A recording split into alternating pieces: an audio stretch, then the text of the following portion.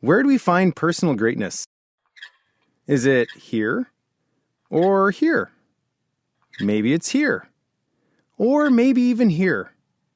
In the end, we find that the more we pursue these things, the more they leave us feeling empty and alone. In the city of Philippi, they had it all. And yet, they eventually found that the path to true greatness comes not from status, but from the exact opposite place they were looking.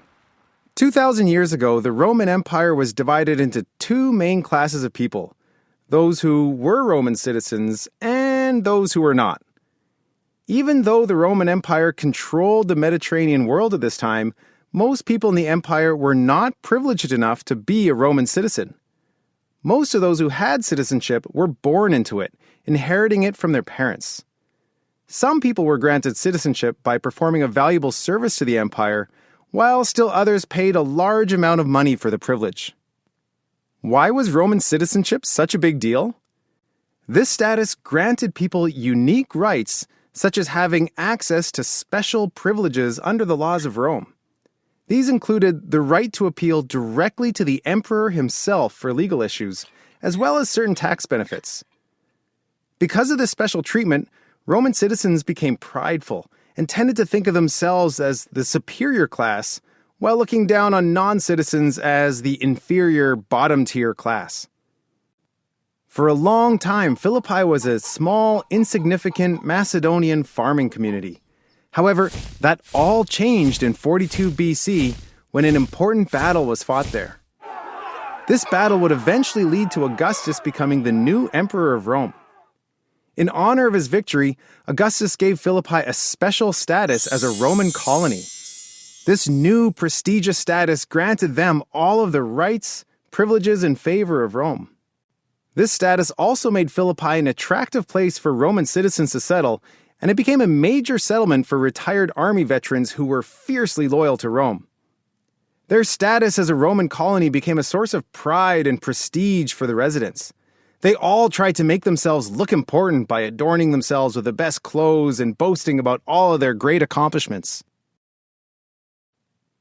Then one day into this proud little community, Paul showed up.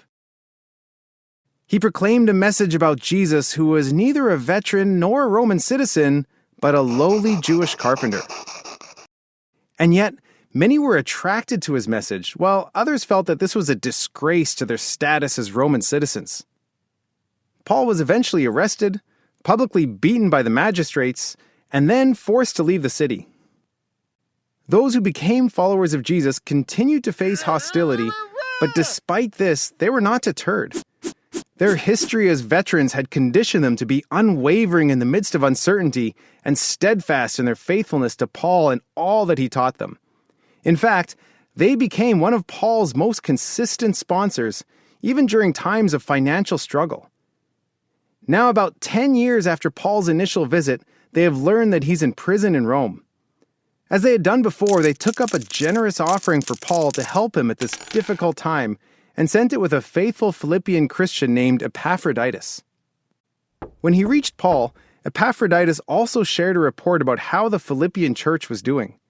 The good news is that even in the midst of difficulty and opposition, they were steadfast in their faith in Jesus and continuing to grow and mature as Christians. Unfortunately, there was also some bad news. As mature as they were in their faith and generosity, there was still a part of their cultural behavior that they had never dealt with: their pride. Some of them were still striving for personal status and prestige, rather than serving and building up those around them. This pride was driving them apart and weakening the church. Paul's concern is their pride and disunity is opening them up to a new threat. There was a group of false teachers in the area who preyed on people's pride, telling them that they can attain a higher status before God and gain greater honor before others. This teaching all too easily tapped into the deep-seated Roman arrogance of the Philippians. So, how does Paul say that we are to attain true greatness before God? It's the simplest answer, and yet one that takes a lifetime of work. Paul says that we are to imitate the humility of Christ.